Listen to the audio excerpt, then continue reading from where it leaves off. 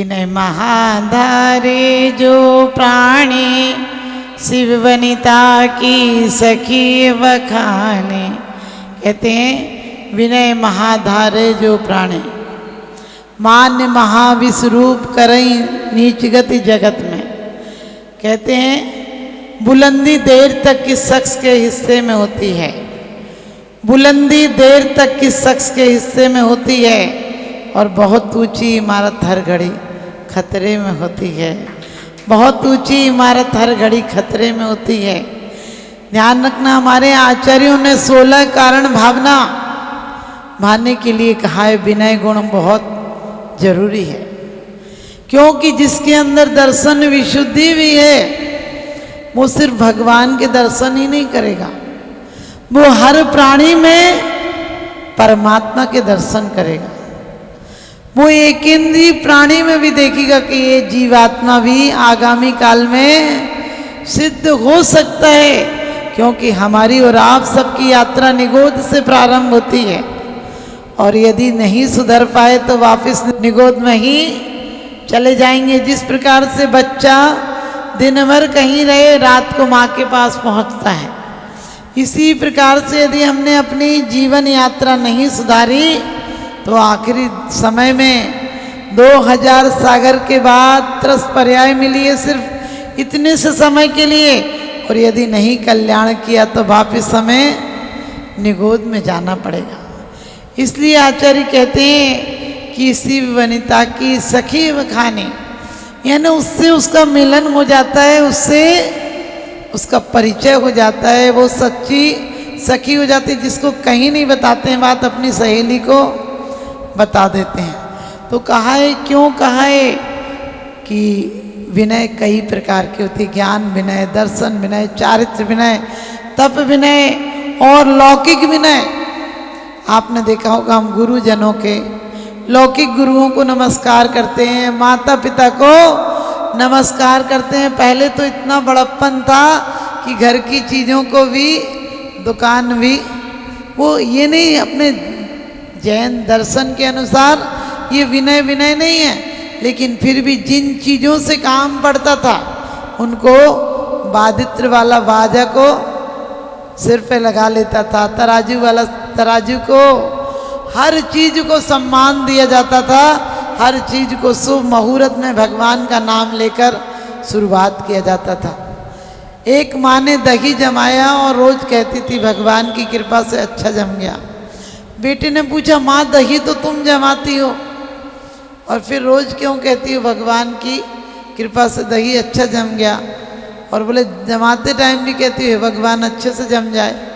तो उसने कितनी अच्छी बात कही कि बेटा सावधानी तो मैं रखती हूँ, लेकिन दही अच्छा जमाया मैंने, ये अभिमान नहीं आ जाए, इसलिए मैं कह देती हूँ कि भगवान की कृपा से अच्छा जमा है। हमारे यहाँ पहले कितनी विनय थी, घर परिवार में भी अपने बच्चे को अपनी माँ के सामने लोग गोदी में नहीं लेते थे।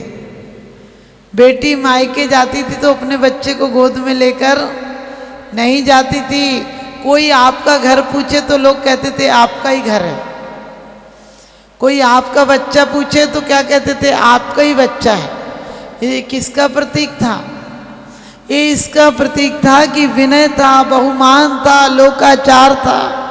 कोई आता था तो हम पैर छूते थे, जैसे वास्तव में कहते हैं कि अतिथि देवो भव। अब हमारी पश्चिम की सभ्यता ने हमारे सारे लोकाचार खत्म कर दिए, सारी व्यवस्थाएं खत्म कर दी। अब तो जिनेंद्र देव के चरणों में भी जाते हैं तो सिर्फ हम शब्दाचार से भी नहीं करते हैं, नमोकार मंत्र पढ़ते हैं। नमोकार मंत्र में बड़ी अच्छी बात कही है कि 5 पदों को नमस्कार है। ये क्या विनय का प्रतीक तो है। नमा वर्धमान बोलो, नमा शांतिनाथ बोलो, ओम ह्रीम हरम आदिनाथ बोलो, ये क्या है? व्यक्ति विशेष को नमस्कार है। लेकिन एक नमोकार ऐसा है जिसमें शक्ति विशेष को नमस्कार है। जितनी अरिहंत, कितने अरिहंत, वर्तमान के नहीं, भूत के नहीं, भविष्य के नहीं, अनंतानंत हो गए, जो अभी तक भी कब से हो रहे हैं? अनादिकाल से हो रहे हैं। कब तक होते रहेंगे? अनंत काल तक होते रहेंगे। इतने अरिहंतों को एक बार में हमने नमो अरिहंताणम बोला तो क्या होगा? ये लौकिक शब्दाचार शब्द से विनय हो गई। लेकिन जिस समय उनके चरणों में उन जैसा भाव बनने का, उन जैसा बनने का भाव हमारा आएगा कि नमस्कार हो तुम्हें, वही पद मेरा है। कई लोग कहते हैं कि सिद्ध भगवान को नमस्कार करना चाहिए पहले, तो कहते हैं अरिहंत नियम से सिद्ध बनेंगे। और अरिहंत हमें अपने अरि को नष्ट करना है। जिस प्रकार से कोई वकील बनना हो तो वकील के अंडर में काम करना पड़ता है, सीए बनना हो तो सीए के अंडर में काम करना पड़ता है। इसीलिए कहते हैं कि हम उनको नमस्कार कर रहे हैं जो हम जैसे थे लेकिन अब विगत राग। किसी ने कल हमसे प्रश्न पूछा था कि अरिहंतों को नमस्कार करते तो तीर्थंकरों को नमस्कार होता है कि नहीं होता है? हमने कहा तीर्थंकरों को भी नमस्कार होता है। क्यों नमस्कार होता है? क्योंकि सब तीर्थंकर तो अरिहंत होकर ही सिद्ध होते हैं। ये बात अलग है कि हर अरिहंत तीर्थंकर नहीं होते हैं। हर अरिहंत सामान्य केवली आदि हैं, इतने इतने मुनि मोक्ष गए, सब तीर्थंकर नहीं हुए। लेकिन तीर्थंकर भी अरिहंत अवस्था में तीर्थंकर की विशेष कहना चाहिए विभूति कह दो, विशेष प्रभावना कह दो, लेकिन अरिहंत सामान्य अरिहंतों या तीर्थंकर अरिहंत बनकर सिद्ध हुए हों, सिद्ध शिला में कोई फर्क नहीं है। जैसे चींटी की आत्मा हो या इंसान की आत्मा हो, इंसान की आत्मा भी सुख चाहती है और चींटी की आत्मा भी सुख चाहती है, पेड़ पौधों की आत्मा भी सुख चाहती है। जिस दिन हमें ये भाव आ जाएगा, मैंने कहा दर्शन से जिस दिन हमारे अंदर इतनी निर्मल परिणति हो जाए कि किससे बैर भाव करूँगा, अरे कोई भी तो कर्म नाश कर सिद्ध हो सकता है, फिर उससे कैसी मैं अवहेलना करूँ, कैसे झगड़ा करूँ? क्योंकि क्या सिद्धों से कोई झगड़ा करता है?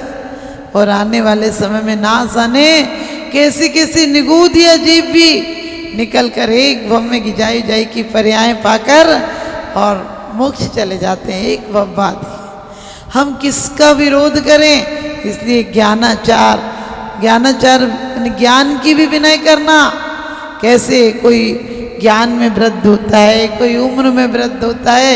आजकल पढ़े लिखे बच्चे अपने माँ बाप को तो कुछ समझते ही नहीं, बोले तुम्हें कुछ पता है? हमारा भारत का जीवन तालाब की तरह ठहरा हुआ था। कोई 50-200 साल में तो कोई थोड़ा बहुत परिवर्तन होता था तो झिल जाता था। आजकल बाढ़ सी आ गई है, बाढ़ सी आ गई ना, कुछ रुकता ही नहीं। एक साल में तो फैशन चेंज हो जाता है, एक साल छोड़ एक महीने में। पहले कपड़े कट जाएं फट जाएं तो लोग बाहर नहीं निकलते थे, कच्चे बनियान में पुरुष भी बाहर नहीं निकलते थे। आप सोचो यदि कच्चा पहने हो तो कहते थे रुक जाओ थोड़ा तो लिया तो लपेट लें। आप बताओ हमारी कहाँ विनय रह गई, कहाँ चारित्रिक विनय रह गई? आज ऐसे ऐसे कपड़े पहन कर निकलते हैं, लगते फटे पुराने। पहले थोड़ी सी सिलाई उधड़ जाए तो आदमी कहता था कि ये दिख रही है, आप फाड़ फाड़ के पहनते हैं और उसमें पैसे और देकर आते। दरिद्रता का प्रतीक है ये, घर में दुर्भाग्य का प्रतीक है। कभी भी ऐसा नहीं करना चाहिए। अरे फैशन नदी में डूबेगी तो क्या नदी में डूब जाओगे? वो तो हाल ऐसा हुआ कि आज का आदमी अपने आप को चालाक समझता है। एक चालाक व्यक्ति ने, बहुत बदमाश था, बहुत डकैती उकैती करता था। गांव वालों ने परेशान होकर एक दिन उसे किसी तरह से देख लिया कि ये बहुत परेशान करता है, लोगों को ठगता है, तो उसको सबने मिलकर बांध लिया। और बांध दिया तो एक पेड़ के नीचे बांध दिया और सोचा रात में आके से नदी में डुबा देंगे। तो वो पेड़ के नीचे बंधा था। अब लोग तो खुश हो गए कि चलो हाथ तो बंध गया, अब तो कोई गलती करेगा ही नहीं। तो उसने क्या किया, अंधेरा था, उधर से एक भेड़ चराने वाला निकला और कहने लगा भाई तुम क्यों बंधे हो? कहने लगा मैं साधु संत आदमी हूँ। गांव वाले कह रहे थे हमें सोना देने के लिए बहुत सारी पोटली लाए थे, हमने नहीं लिया। तो लोग कहने लगे तुमने नहीं लिया तो तुम्हें बांध के जाएंगे। वो में बांध के चले गए। तो कहने लगे फिर क्या करें? कहने लगे तुम लेना चाहो तो तुम ले लो, हमें छोड़ दो, हम तो संत साधु हैं, अपना आत्म ध्यान करेंगे, तुम ले लेना, हम तुम्हें बांध देते हैं। उन्हें रात को क्या पता चलेगा कि तुम हो कि हम हैं, तुम्हें ही दे के चले जाएंगे। और बोले हमारी भेड़, बोले हम तुम्हारे घर तक छोड़ आएंगे। भेड़ों के मालिक को बांध दिया और रात को गांव वाले आए, उनने सोचा, वो कह भी रहे मैं तो भेड़ चराता हूँ भैया, मैं नहीं हूँ, नहीं हूँ। लोगों ने कहा ये बदमाश आदमी और चालाक तो है ही, आज भी धोखा दे रहा है। और लोगों ने लिया उसे और नदी में पटक दिया। गहरी नदी थी, बेचारा डूब के मर गया होगा। और दूसरे दिन वो उसकी भेड़ें लेकर वो तो आराम से गांव में घूम रहा था। लोगों ने कहा भाई कल तुम रात को तुझे पटक कर आए, तू कैसे आ गया? तो वो कहने लगा तुम तो हमें पटक के आए थे, लेकिन नदी में एक देवता था और कहने लगा अरे तू रात को आया है तो मेरे से बहुत धन लेके जा, उसने खूब तो सोना दिया है और ये भेड़ें और दे दी हमको कि तेरा मन नहीं लगे तो भेड़ों को चराते रहना, अच्छी हवा पानी लेना और दूध पीना बढ़िया से। लोग तो लालच में आकर कहने लगा अच्छा, कहने लगे देखो जो रात के अंधेरे में डूबेगा उससे ही मिलेंगे।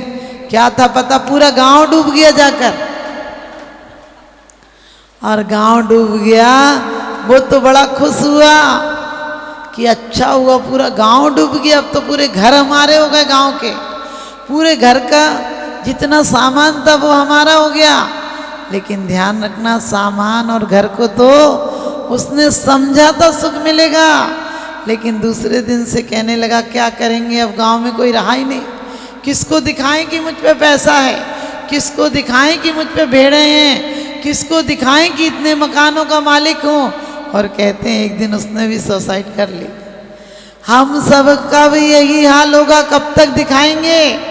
कहते हैं तू मानव किस पर इतराएगा, तू रोज एटम बम परमाणु बम बनाता जा रहा है, कब तक बनाएगा?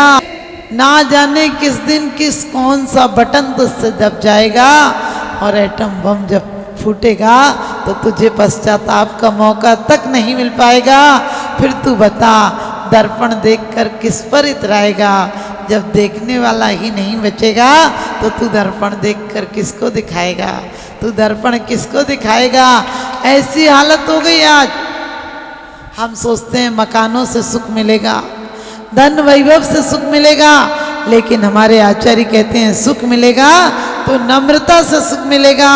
यदि हम नमो अरिहंताणम भी बोलते हैं, सिर्फ नमो अरिहंताणम शब्द से नहीं निकलना चाहिए, हमारे भाव से निकलना चाहिए कि धन्य उन अरिहंतों को जिन्होंने विजय प्राप्त की है। वो भी हमारी तरह रागी थे, लेकिन आज पूर्ण वीतरागी हो गए, और वीतरागी नहीं हो गए, सिद्ध हो गए, सिद्धि प्राप्त कर ली, कृत हो गए। जो कुछ करना चाहिए था वो कर चुके।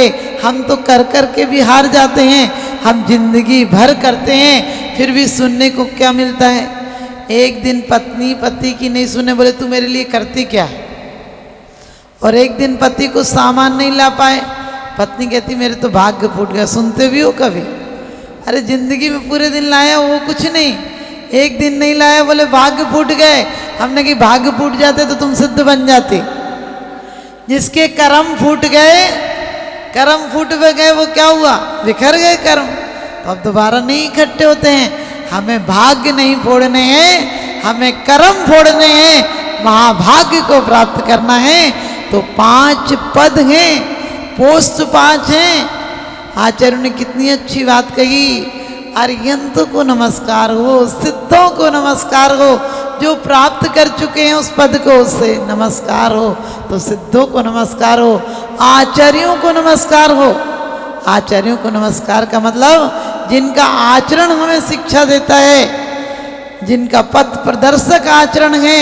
और उसके बाद कहते हैं कि सर्व उपाध्यायों को, जो मुनि सिर्फ ध्यान में लीन नहीं है, धर्म का मार्ग बताने के लिए स्वयं भी अध्ययन करते हैं और अपने शिष्यों को भी अध्ययन कराते हैं। और धन्य मुनि जो मौन रहकर साधना करते हैं, उन्हें साधु भी कहते हैं, क्योंकि किस चीज से रहते हैं?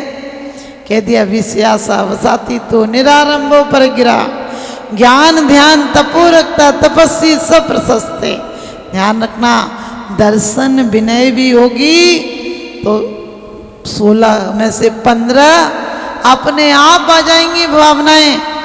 और यदि विनय, सिर्फ विनय भी हो तो दर्शन पहली तो आ ही जाएगी भावना, और शेष भी आ जाएंगी, क्योंकि फिर आपसे अरिहंत भक्ति भी होगी, वैयावृत्ति भी होगी, अवीक्षण ज्ञान उपयोग भी होगा, शक्ति के अनुसार तप भी होगा, त्याग भी होगी, सब कुछ होगा। क्यों होगा? क्योंकि एक के आतगी ज्ञान में विनय होगी तो आप जो कुछ शास्त्र उठाएंगे बहुश्रुत की विनय हो जाएगी। आप हमेशा बोलेंगे तो हित मित प्रिय वचन बोलेंगे, आपकी भाषा समिति हो जाएगी, आपका सत्य वचन हो जाएगा। क्योंकि कहते हैं बड़े बड़ाई ना करें, बड़े न बोले बोल, हीरा मुख से ना कहे बड़ो हमारा मोल। कहते बड़े हुए तो क्या हुआ, जैसे पेड़ खजूर और पंथी को छाया नहीं फल लागे अति दूर। आज का आदमी ऐसे ही बड़ा हो गया, क्या 2-4 गाड़ियां जोड़ लेता है, 2-4 कोठियां जोड़ लेता है, और इतना अहंकार करता है कि छोटे आदमी से तो बोलना ही पसंद नहीं करता है। हमसे कई लोग कहते हैं आप क्यों बोलती हो सबसे, आप अपना कुछ स्टैंडर्ड बनाओ। हमने कही मिल माटी में जाना है, जरा देर लगेगी, मंसूबे बना जितने पर जब वो बुलाएगा सब छोड़ के जाना है, जरा देर लगेगी। कई बार हमसे लोग कहते हैं हम सोचते थे आप नहीं बोलोगी। हमने कि क्यों नहीं बोलेंगे, आप क्यों सोचते हैं ऐसा? कभी नहीं सोचना चाहिए, क्योंकि यहाँ जो मिला है उसका अभिमान कर लिया तो नीचे जाएंगे। आपने देखा होगा घड़ा जब पानी लाना हो तो क्या होता है, कुएं में घड़ा डालो, यदि सीधा रहेगा तो एक बूंद पानी आने वाला नहीं है, लेकिन घड़ा झुकता है तो पानी से भर जाता है। इसी प्रकार से आपने देखा होगा बड़े बड़े पेड़ कट जाते हैं, बड़े बड़े पेड़ जो सीधे रहते हैं वो कट के फर्नीचर के काम में आते हैं, लेकिन जो धूप भी होती है वो बरसात हो चाहे आंधी तूफान हो उसका कुछ बिगाड़ नहीं कर पाती है। बड़े अकड़े पेड़ झुक जाते हैं, लेकिन छोटी सी धूप जो पहले ही झुक जाती है उसे कौन झुकाएगा। इसलिए कभी किसी से अपनी गलती नहीं भी हो तो कहना भूल से हो गई होगी, आज ध्यान रखेंगे। ऐसा परिणाम लाओ, हमें अहंकार नहीं करना है, क्योंकि जिसने जीवन में अहंकार किया उसकी मौत अच्छी नहीं होती है। ये बात नहीं कभी किसी की बीमारी हो जाए तो पूर्व कर्म का भी उदय हो सकता है, अपन को ये नहीं सोचना वो ऐसा था। और अपन किसी की गलत भी किसी ने किया हो अपने साथ तो सोचना हमारे पूर्व कर्म का उदय था। तो दर्शन विनय ज्ञान विनय कैसी करना है, जिनवाणी को लिया कहीं भी रख दिया, जिनवाणी में कुछ लगा दिया, ये सब नहीं करना है। जो बड़े लोगों ने जिनने सिखाया अपन को उनका नाम करो, उनकी प्रभावना करो।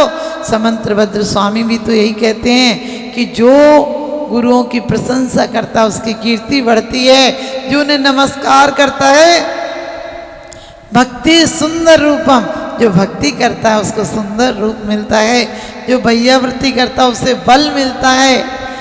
और कहते हैं भक्ति सुंदर रूपम स्नत कीर्ति स्तपन, से उसकी कीर्ति बढ़ती है जो भगवान का स्तवन स्तुति करता है। और कहते हैं भोगो दानाद उपासनात् पूजा, 2 काम करना, सिर्फ अहंकार में ही नहीं मेरा दे जाना नहीं। सोचो जिंदगी भर तो घर के काम लगे रहते हैं, लेकिन कभी त्यागी वृत्ति जब भी आए तो उन्हें नमस्कार भी करो, भक्ति में भी जाओ, पूजन में भी जाओ। और इसलिए नहीं कि माता जी महाराज जी खुश हो जाएंगे इसलिए जाओ, नहीं। अरे क्या इतना टाइम मिलता है घर के काम में, इतनी देर वहाँ भी श्रद्धा से बैठो।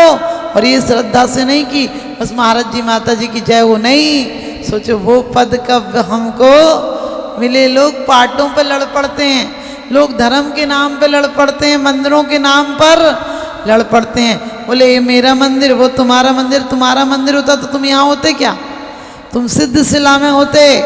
इसलिए कह दिया कि अरिहंत सिद्ध आचार्य उपाध्याय और केवली प्रणीत धर्म भी मंगल है। केवली प्रणीत धर्म में सारा लोकाचार आ जाएगा, सारी व्यवहारिकता आ जाएगी, सारी जीवन की शैली आ जाएगी। परिवार हो, समाज हो, राष्ट्र हो, उसमें विरोध नाम की चीज नहीं रहेगी। तो हम लोगों को भी कोशिश करना है कि जितनी अभी तक कभी झगड़े फसाद हो ही जाते हैं मिथ्यात्व के उदय में, तो अपन को ज़्यादा बढ़ावा नहीं देना है। कोशिश करना है यार 4 दिन की ज़िंदगी है, इसे हंसकर गुजारेंगे, क्योंकि कहते हैं लौट कर वक्त नहीं आते, कसूर है ज़िंदगी का और लंबे बड़े प्यार से गुजर जाते हैं, यही उसूल है ज़िंदगी का। अरे 4 दिन की ज़िंदगी है, क्या नफरत से गुजारना, इसे हंस कर गुजारो। यही कहते हैं ज़िंदगी का तोहफा है, ज़िंदगी का यही तोहफा है ज़िंदगी का। जिस पल में हम हंस सकते हैं उस पल में हम रोएं क्यों, और जिस पल में अमृत हो सकते उस पल में विस्मोएं क्यों। कभी किसी गिरते हुए को देखकर हंसना मत, किसी गरीब की हंसी मत उड़ाना, क्योंकि वो दिन दूर नहीं जब तुम उससे भी बदतर हालत में आ सकते हो। इसलिए हमारे आचार्यों ने कहा तप का विनय, तपस्वी को देखो तो नतमस्तक हो जाना, किसी को ये नहीं कहना अरे झूठा पगला भगत बना फिर रहा है, इससे अच्छे तो हम हैं। कोई पानी छान कर पीता हो तो अपन क्या ढोंग दिखा रहा है, कुछ नहीं हमें पता कैसे। अरे उसकी तप की विनय भी करना कि अच्छा हमसे तो नहीं हो पाता, बहुत अच्छे हैं। और कभी कोई नियम लिए हो तो कहना हम बना देंगे, हम कर तो नहीं पाते हैं।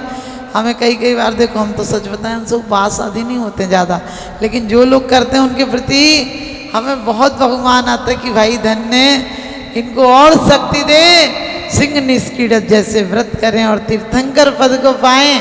हम लोगों को यही कोशिश करना है। और ध्यान रखना, ये नहीं, अहंकार 2 तरह से जलाता है।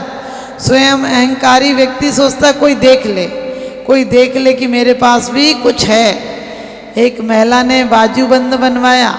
सच बताना, आप लोग मकान का उद्घाटन क्यों करते? लोग देखें और कहें कि क्या मकान बनवा, नहीं तो 2 कमरों में भी रह सकते हो, लेकिन नहीं, लोग क्या कहेंगे कि इतने छोटे मकान में रह रहे। आजकल लोग बेटियां भी नहीं देते, मैंने सुना है कहीं छोटा मकान हो तो लोग कहते क्या देंगे, उनका अच्छा मकान नहीं है। हमने कही अरे सोचो, घर में किलकारियाँ होना चाहिए, कोठी नहीं होना चाहिए। पहले मकान छोटे लेकिन दिल बड़े होते थे, सामान कम लेकिन इंसान अच्छे होते थे। आज मकान बड़े और दिल छोटे होने लगे। पहले मकान के बाहर आदमी बैठा होता था कि कुत्ता नहीं आ जाए, अब कुत्ता बैठा होता है कि आदमी नहीं आ जाए। पहले दरवाजों के बाहर लिखा होता था श्री महावीराय नमः, जय जिनेन्द्र पधारिये सुस्वागतम। आजकल लिखा रहता है कुत्तों से सावधान, नहीं तो वेलकम। बैल में थोड़ी सी कमी रह गई, बैल के जूते नहीं उतरते, इसके जूते नहीं उतरते, उसे रख दो वो खुद खा लेता है, इसे रख दो ये खुद खा लेता गए। कहते हैं आओ नहीं, आदर नहीं, नैनन नहीं सने, और तुलसी वहाँ न जाइए कंचन वर्षे में। हमारे यहाँ हाथ जोड़ने की परंपरा थी।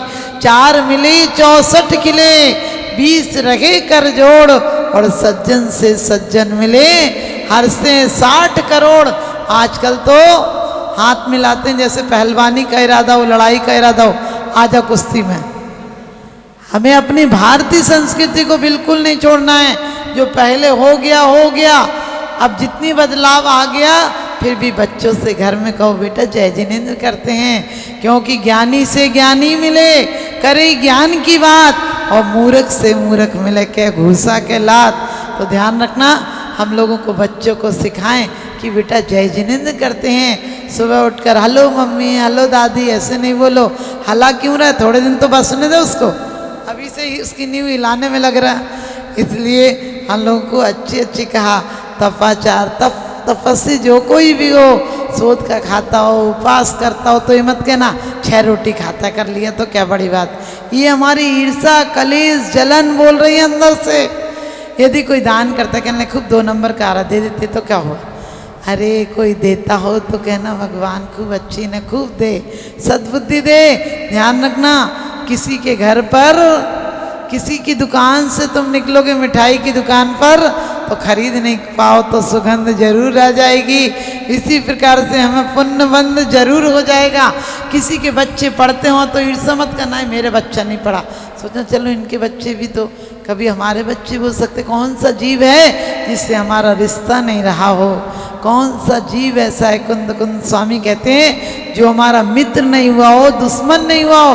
दुश्मन और मित्र क्या होते? कोई दुश्मन लेकर पैदा होता है क्या? कोई दुश्मनी लेकर पैदा नहीं होता है। लेकिन जो हमारी वासना में, जो हमारे अहंकार में सहकारी होते हैं, उन्हें हम मित्र मान लेते हैं। और जो हमारे अहंकार में बाधक बनते हैं, जो हमारी वासनाओं में व्यवधान बनते हैं, सास, मान लो बहू को घूमने जाना और सास कह देगी नहीं जाएगी, लो सास से बुराई हो गई। भले बोल नहीं पाएगी, अंदर अंदर सोचती कि इसको बताऊंगी, एक आध दिन मौका आएगा। कभी कभी लगता है, और नहीं तो जल भुग के तो उसका मुंह तो फसेरी भर का हो जाएगा ना, एकदम मुंह फुला के रहेगी, बोलेगी नहीं। सोचो मम्मी जी ने मना करा ना, कभी कह देंगे तो चली जाऊंगी, नहीं तो बाजार की पत्तलें खाकर भी कब तक गुजारा चलेगा। अरे घर में रहो। अपन लोग कभी कभी जाएंगे मॉल में से चीज खरीद लेंगे, बड़े बड़े जगह से। हमको चाहिए कि हम अपने जैनों को प्रोत्साहन दें। सिर्फ जैनियों के यहाँ यदि हमारा पैसा 2 पैसा ज़्यादा भी जाएगा तो ये सोचो कि वो गंदी चीज़ें नहीं खाएगा। हम लोग कभी कहीं से ऑनलाइन मंगा लेते हैं, वैसी चीज़ें मंगा लेते हैं और ये सोचेंगे अरे इतने में आ रहा था, तुम 150 में मंगाई, हमने 140 में मंगाई। लो 10 रुपया जैनों के यहाँ जा रहा है, वो अखरता हमें और ना जाने किन्ने भेजा है। वो हो सकता है अंडा मांस आदि में पैसा देते हो, उनके यहाँ वो चीज़ें खाई जाती हों और वो पैसा वहाँ चला जाएगा। तो ध्यान रखना, बहुत भोगना पड़ेगा। रैली पटना में एक के 3 बेटे मर गए। हम ब्रह्मचारिणी थे तो उनके यहाँ हार हुआ था, हम भोजन किया तो वो रोने लगी। मुझे पता नहीं था इनके 3 बेटे मर गए, 3 ही बेटे थे, तीनों मर गए। तो मैंने उनसे पूछा, हमने कि आप तो बहुत बड़े आदमी, बहुत अनाज का अच्छा काम था, खूब बोरों की ढेर लगे थे। तो मैंने कहा आपका तो इतना अच्छा काम है। बोली मेरी गलती से मेरे 3 लड़के मर गए। हमने कि कैसे? बोली हम चादर बांटते थे, ठंडी उंडी में चादर बांटते थे। और बोले हमें पता नहीं था, पहला लड़का नदी में डूब के मरा है, दूसरा लड़का एक्सीडेंट में मरा है, तीसरा लड़का पीलिया बिगड़ गया था। तो कहने लगे, बड़ा लड़का कहता है कि तुम चादर बांटती थी, उससे मछली पकड़ते थे लोग, अब तुम्हें पता चला जब बेटा मरा है तो कोई व्यंतर आदि जो कुछ भी हो। तो ध्यान रखना, हमें ये जरूर सोचना हम कहीं भी दे देते हैं, किसी को भी दे देते हैं, नहीं। हम जिन दुकानों में अंडा मांस मिलता हो वहाँ से हमें चाय तक नहीं पीना चाहिए, उन दुकानों में हमें खड़े भी नहीं होना चाहिए।